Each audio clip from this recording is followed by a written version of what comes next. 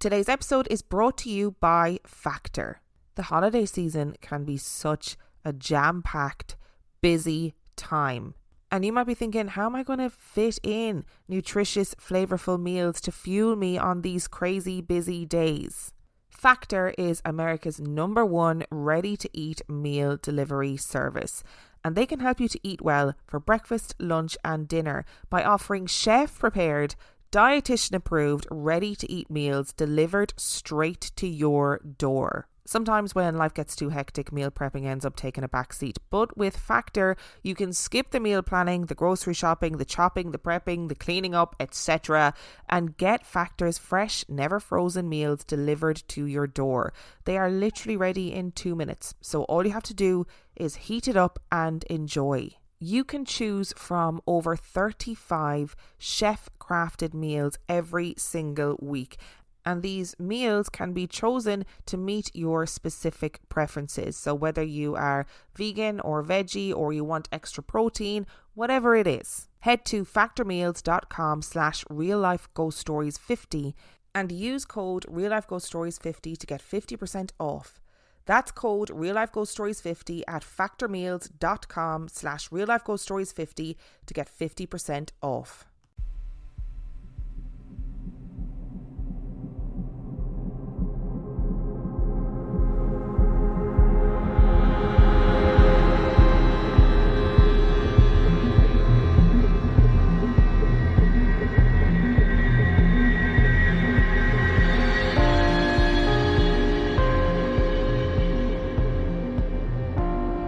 Hello and welcome to 15 Days of Festive Fear, day number 5. And I have one story for you today, and the story comes from the 20th of August 2023. And our story comes from Jenny.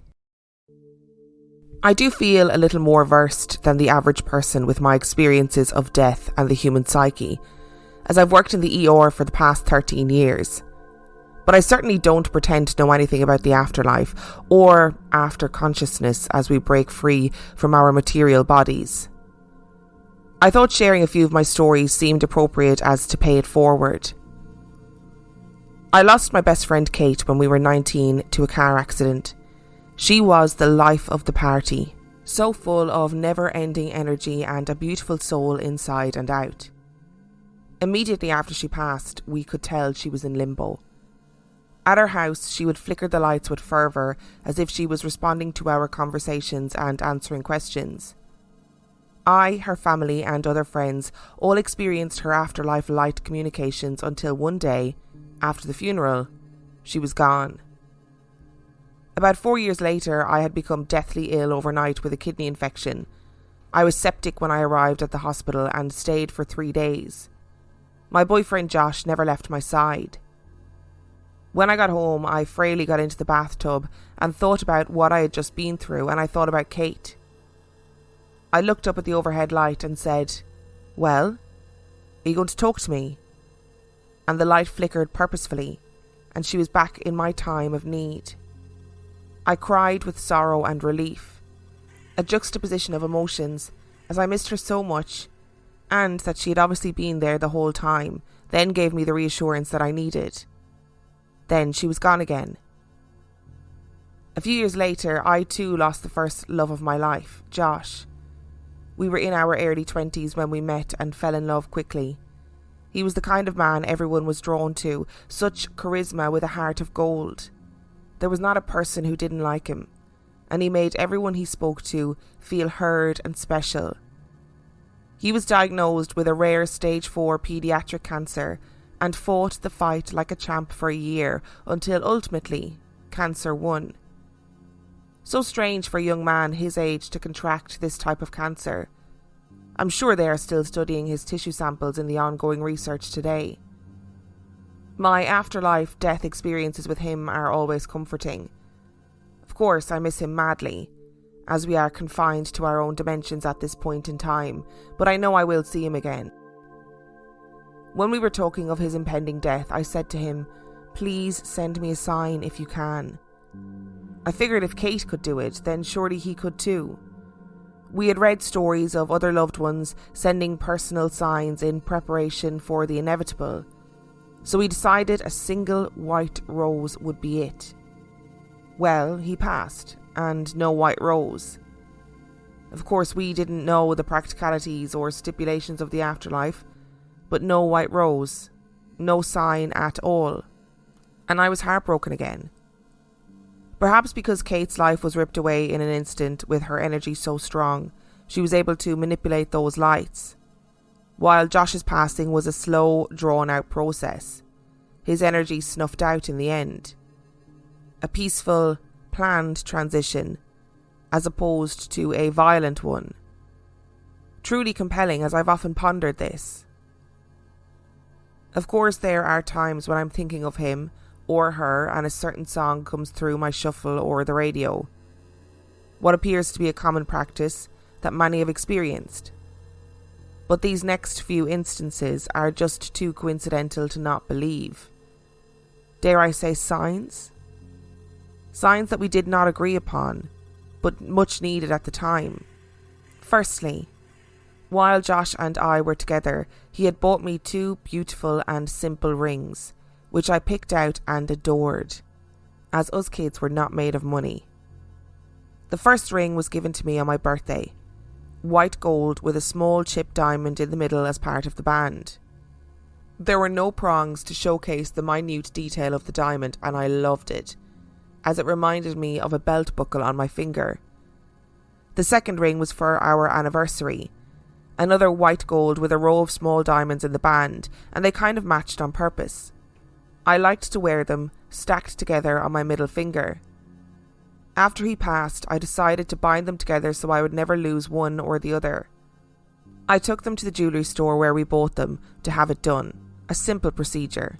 Bond the rings only. Well, when I went to pick them up, to my surprise, a large carat diamond with prongs had been placed on the ring where the initial solitaire chip was. It looked like an engagement ring with a wedding band. I was speechless. There was no written order or price upgrade approval for this dramatic change. I instantly smiled because I knew this was not a mistake. I even tried it on just to see what it felt or looked like in that moment. I knew it was him. You see, we weren't married, but our love and friendship were just understood by the two of us. But in that moment, he did ask. What a wonderful surprise. The jeweller had no explanation for this change, and I did have them reverted back to the original. I talked to Josh often, especially in times of need. After his death, I ran away from Arizona and moved to LA for school. I was commuting downtown via subway at times because the traffic is ungodly, and I had already been rear-ended after a brief time living there. But I only took it during the day. As a single lady, I am always on high alert and try not to put myself in any unsafe environments or situations. I finished classes mid-afternoon and took the subway home with a fair amount of other commuters. As I descended down the stairwell to the platform, I realised a homeless man that I had just made eye contact with had immediately started following me. His eyes were intense and the vibes were not good. My gut was screaming that this was not okay. I sat down with a car full of people and he just stared at me, touching himself. Oh God, is anybody else seeing this? He was right by the door, so if I tried to leave, he would follow me. More stops, more passengers leaving. We were in a deadlock. I couldn't have this man follow me home. So I took a deep breath and said in my head, "Okay, Josh, I need your help here. What should I do? Is there any way you can help?" The very next stop, 2 subway police officers got on my exact car, stood in front of me as protectors, and he immediately got off. They could have chosen any of the other cars to get onto, but they chose mine. What was initially a worrisome experience evolved into this version of a sign, and my instant safety. I eventually moved back home to Arizona, bought a fixer-upper and started to remodel my home and my life. I was finally grieving properly and had rescued a dog named Roo, aka the Rooster, who was my companion and protector. One afternoon I was having a lonely pity party for myself, laying on the floor crying with Rooster after a long day of mental and physical exhaustion. I started talking to Josh. and I asked him a favour. I was so lonely and missed him so much, so I asked him to find me a partner. I know he would want me to be happy, but I asked for an extremely specific type of man. In hindsight, I laugh at myself, but hey, if I'm asking for my dream guy, why can't I ask for distinctive characteristics? I asked him to find me a man with brown hair, physically fit, loves the outdoors, travel and dogs. He must be taller than me, have a great sense of humour, not religious but spiritual, educated with a good or promising job, and drives a truck. I would love it if he spoke another language fluently and was okay with tattoos. Maybe he had a few himself. This was my preferred list and I left it at that. A couple of years later, I met my husband at an English pub/restaurant. He has brown hair, is 4 inches taller than me, was canyoneering every weekend at the time, speaks fluent French, not religious, works in finance, drives a truck, and has tattoos on his foot. He loves dogs, is wonderfully funny, is well travelled, and loves to travel. How could this be a coincidence? My list was long and every request was fulfilled. It still blows my mind. How did he give me everything that I asked for? What an amazing soul he is. The ultimate act of love is to take care of your loved ones. My hubby says he's grateful and thankful for Josh bringing us together as he has accepted my story. He's also a kind soul, and we keep Josh's photos in our house as part of our family photos. Another pertinent story is that I have the name of my family, Josh, Kate and Ryan, Josh's brother, who took his own life after Josh, tattooed on my back as part of an intricate abstract design that covers it entirely. Hence, I needed a guy to be okay with that. Anyway, I needed a touch-up, as tattoos do fade and I wanted to add some more flair before an upcoming friend's destination wedding. I decided that this time I wanted to find a female tattoo artist for the job, as my previous artist had moved out of state. I found her at my previous shop, chose her out of a few females there and set up a quick meet and greet appointment, as this was going to be an ongoing job for the next couple of months. I immediately liked her and felt at ease. We just connected. My whole back needed to be redone, so this is quite the process to invest your time and money in, and I can no longer tolerate hours on end, so we planned weekly appointments lasting 2 hours at a time. Over time, I stopped listening to music going into my mental pain zone and began chatting and laughing with her while watching Bob's Burgers. On my 10th and last session, it happened to be on my birthday, and she was going over the names. Midway through, she stopped and said, "I never told you this, but I'm quite sensitive. I feel I must ask you some questions and read your cards after we are done." Now, I'd never really explained the tattoo. She just thought it was family names, as everything is written phonetically in Japanese to keep my business private. "I've had this spirit with me for the last day and he's now coming forward. Do you know anyone that's passed away from bone cancer?" I sighed a happy sigh. "Well, actually yes, you're tattooing his name right now." We talked about Josh, Ryan and Kate, and then she read my tarot cards. This was 5 months after my friend Ashley had taken her life after a long battle of drugs and alcoholism. While reading my cards, the artist started crying and Ashley came through. She whispers, "It's not me." And I said, "I know." Prior to her passing, Ashley would cry and cry while in a self-sedated state of pain over her life. She refused to get clean or to get help, and we all knew she was in trouble. Unfortunately, I was not exactly surprised when I received the news. I realised that Josh had brought her here today, ever the stand-up guy, as they previously knew each other, for her opportunity to reach out. She was sorry and was just done, but also wanted to express that she had no regrets, which I thought was quite an interesting and important message for her to convey and quite fascinating. Do all suicides regret it?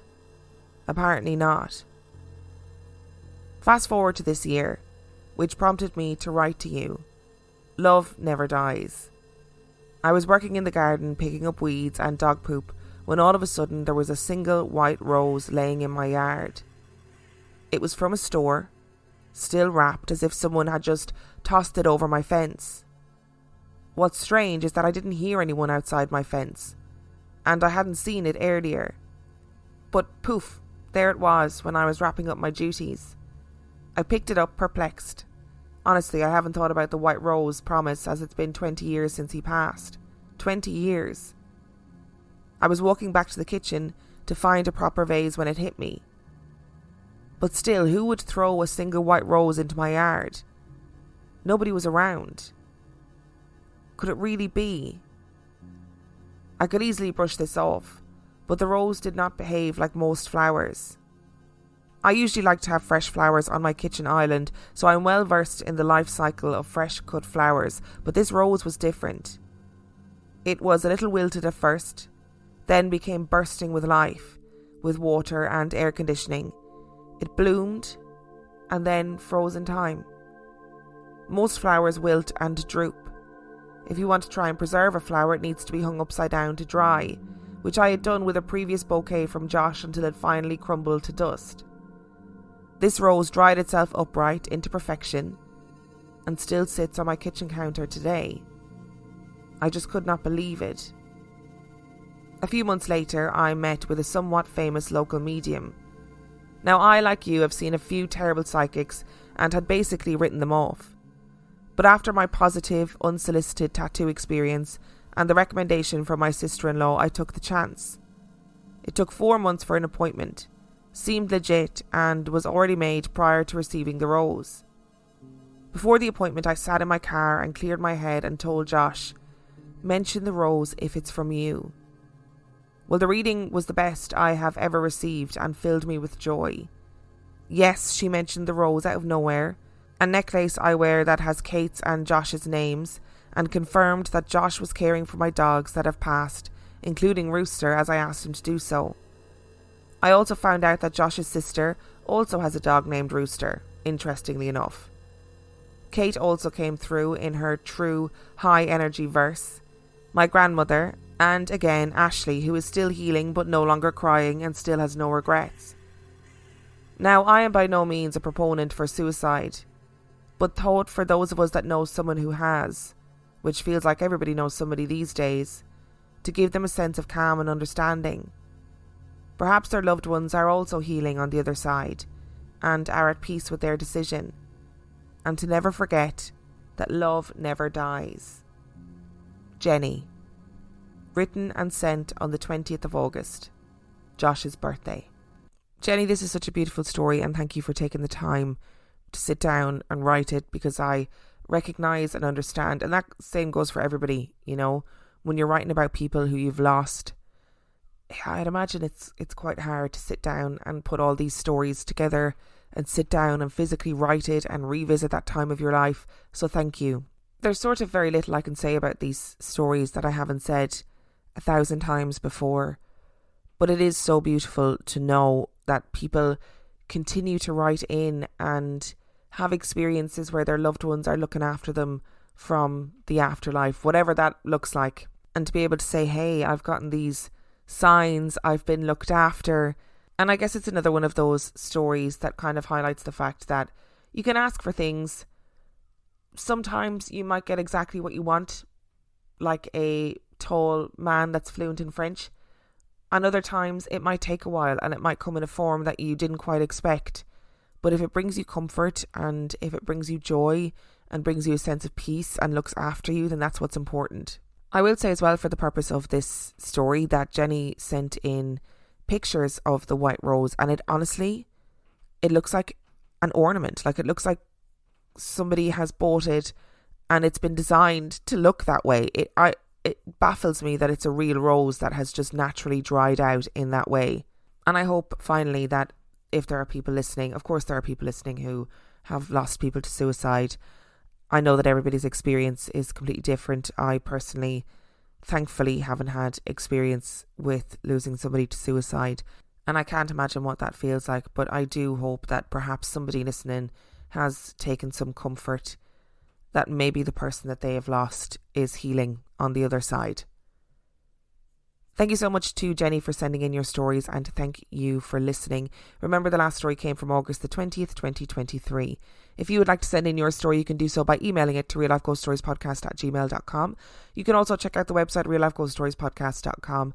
And if you are desperate for some extra content, you can subscribe to the Patreon.